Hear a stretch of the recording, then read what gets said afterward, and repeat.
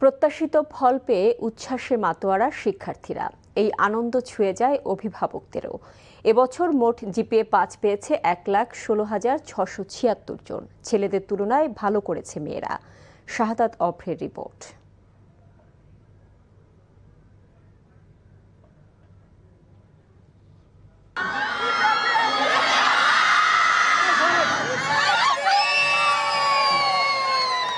বাঁধভাঙা এই আনন্দ ১০ বছরের সাধনা ও পরিশ্রমের ফল। এসএসসি ও সমমানের পরীক্ষায় কাঙ্ক্ষিত ফল পেয়ে উচ্ছ্বাসে মাতোয়ারা শিক্ষার্থীরা। কেবল শিক্ষার্থীদের নয়, এটি স্পর্শ করেছে অভিভাবকদেরও।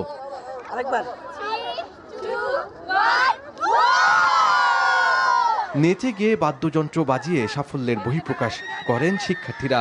ছবি আর সেলফি তুলে আনন্দের সময়কে ধরে রাখার চেষ্টা করছেন অনেকেই।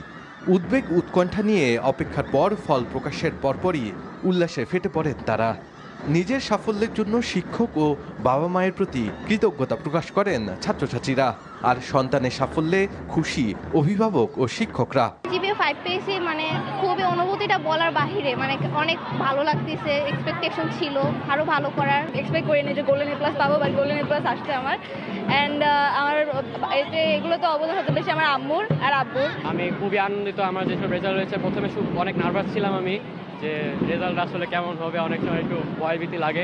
সকালে ওঠার পর রেজাল্ট দেখার পর আলহামদুলিল্লাহ খুবই খুশি হয়েছে। আমার আব্বু আম্মু সবাই খুশি হয়েছে। জিপিএ 5 পেয়েছি, আমি খুবই খুশি এই রেজাল্টটা পেয়ে।